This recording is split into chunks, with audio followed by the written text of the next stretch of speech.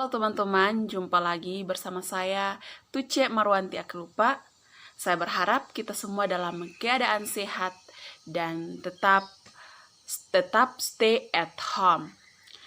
Saya adalah mahasiswa STT Inti Makassar. Sekarang saya sudah semester 4. Nah, dalam channel YouTube saya kali ini, saya akan sedikit berbagi mengenai apa sih yang dimaksud dengan khutbah dan bagaimana cara mempersiapkan dan menyampaikan khutbah yang baik.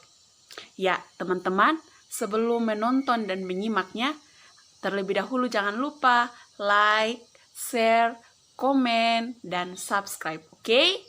Ya. Jadi, khutbah berasal dari bahasa Arab yang dijabarkan dalam terjemahan dan dari kata Yunani yakni homilia dan memiliki arti suatu percakapan atau suatu pembicaraan.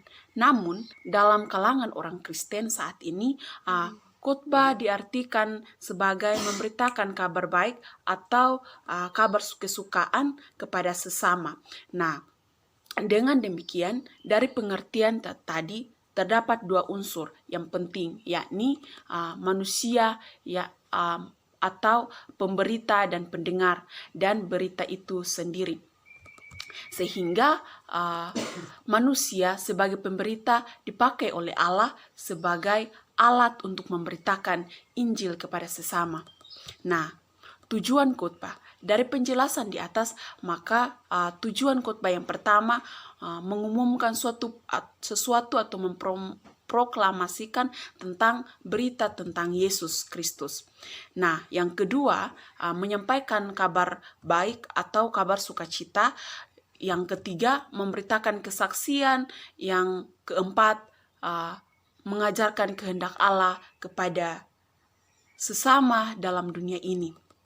Nah, fungsi khutbah berdasarkan yang pertama, ruti, yakni khutbah berfungsi sebagai bekal yang menguatkan dan menolong jemaat dalam kehidupan sehari-hari.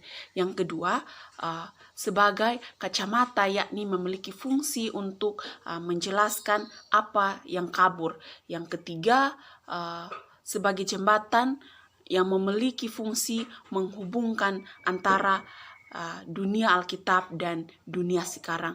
Dan yang keempat, sebagai pedang, khutbah memiliki fungsi untuk dapat mengambil suatu keputusan apakah mau mengikuti firman Tuhan atau mau mengikuti keinginan sendiri.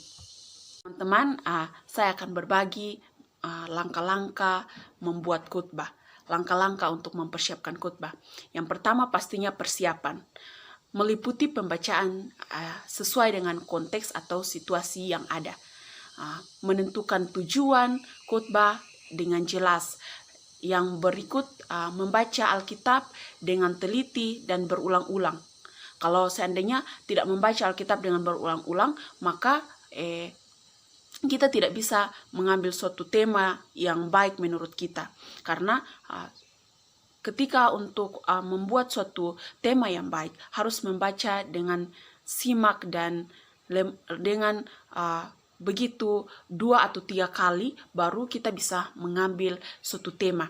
Nah, kemudian dalam hubungan membaca Alkitab si orang pengkhotbah harus dengan teliti mencatat hal-hal yang berhubungan dengan konteks bacaan itu, dan kemudian mulailah menafsir dan menyusun khotbah dengan memperhatikan kerangka sebuah khotbah.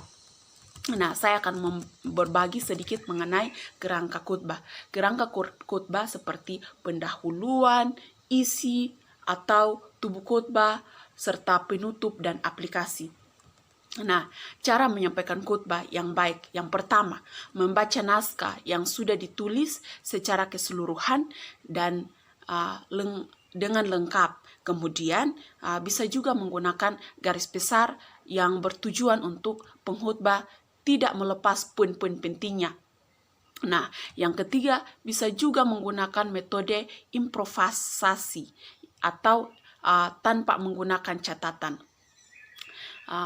Dari ketiga cara yang memang bagus, tetapi perlu diperhatikan dan harus mempersiapkan diri sebaik mungkin agar tidak terjadi kesalahan saat menyampaikan khotbah.